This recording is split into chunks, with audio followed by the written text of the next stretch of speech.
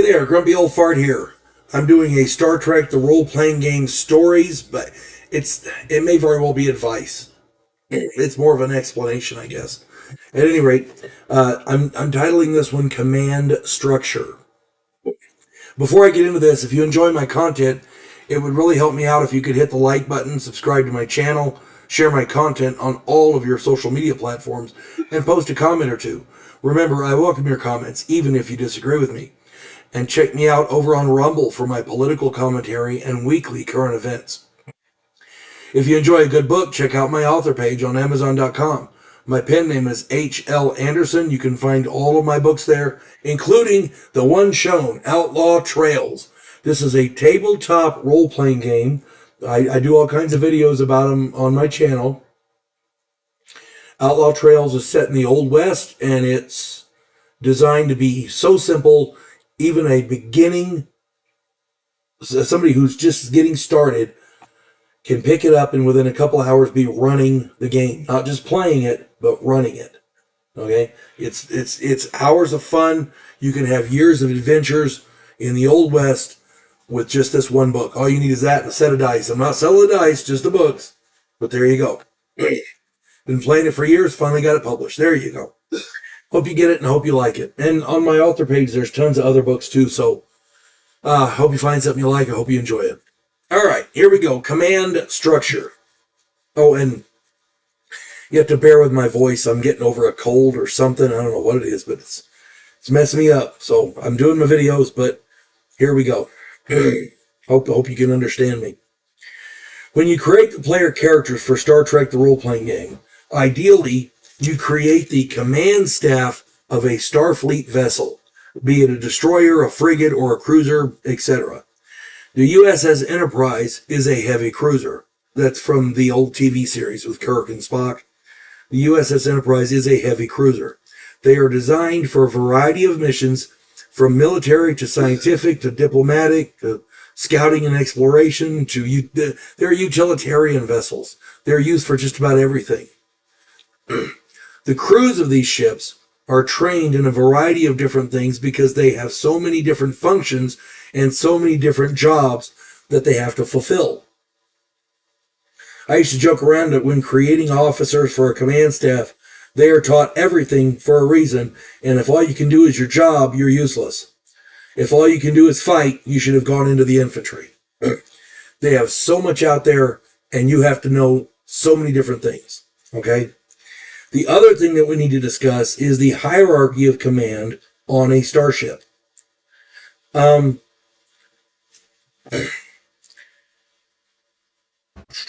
commanding officer of the ship, he's the guy that sits in the center seat. That would be in the old series, it would be Captain Kirk. He is ultimately responsible for everything that happens on his ship. He is the ship's master, and he is the one to answer for anything bad that happens aboard her.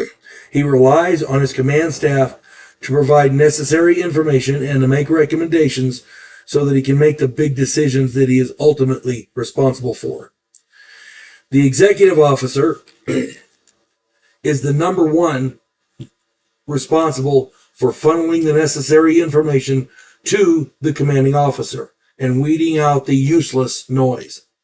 He's responsible for discipline and for keeping order on the ship. Most ideas, recommendations, and information is screened by him before it gets to the commanding officer. He also runs the day-to-day operations of the vessel. Anything he can't handle or anything that he feels the ship's commander needs to know, he'll take to the captain. Excuse me. The next in line in command falls to the bridge command staff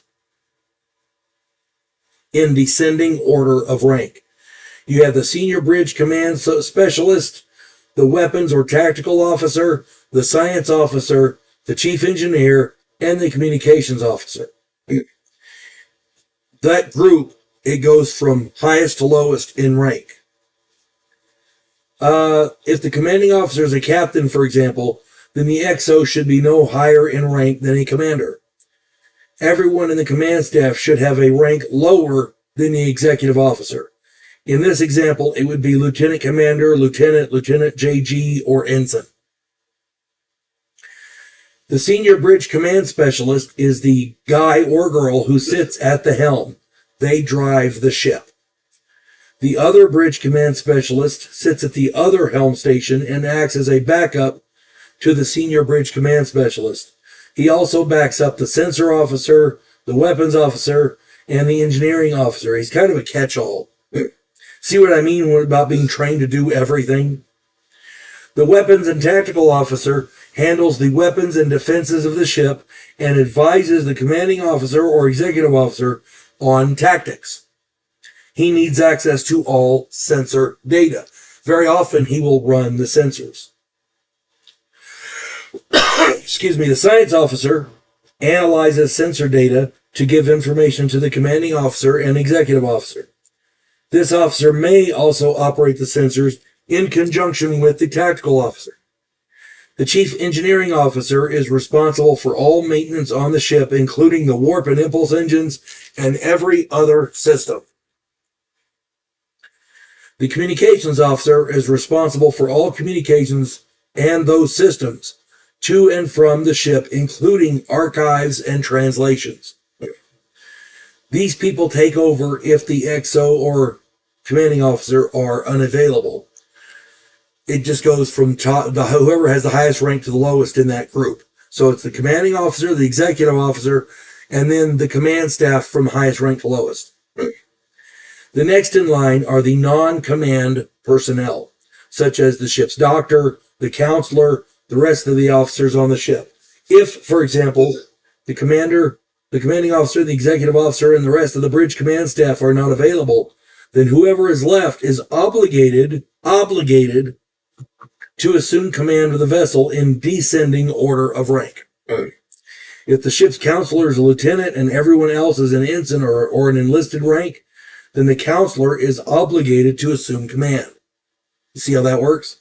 It's called a chain of command. As for those commands, unless the person in charge is acting insane or giving orders which are blatantly contrary to the safety of the ship or crew, those below that senior person are obligated to follow those orders, as long as they're legal orders. If the command falls to, Billy Bob, and Billy Bob orders a crew member to do something illegal, that crew member is obligated to officially refuse. The crew can give alternate options, time permitting, or present a respectful argument, but if the person in command or maintains that order, then the crew is obligated to carry it out as long as it's a legal order. If the person in command orders a subordinate to commit a crime or to do something contrary to the mission objective, then the command may be respectfully refused. This is risky, however, because the subordinate may very well be damaging or ending his or her career. Such subordinates may be thrown into the brig, relieved of duty, etc. This will be a mark, good or bad, on their record. Years ago, I was playing the chief engineer on the Lexington, which is a ship of the same class as the Enterprise from the old television series, the original series. My friend Earl was running the game. Excuse me. Sorry, it's that cold. The commander and the executive officer evidently hated each other in real life, and we had no idea. Nobody knew this. The crew was having to put up with them lying about each other and all kinds of different weird stuff like that. It was, honestly, this is the worst game of Star Trek I've ever played, and it was not Earl's fault. It was these two guys, okay? When the commanding officer was murdered in the game by the executive officer, I had no choice, because I was next in line, I had no choice but to place the executive officer under arrest and put him in the brig. Both of those players, the commanding officer and the executive officer, got mad and left. And that was fine.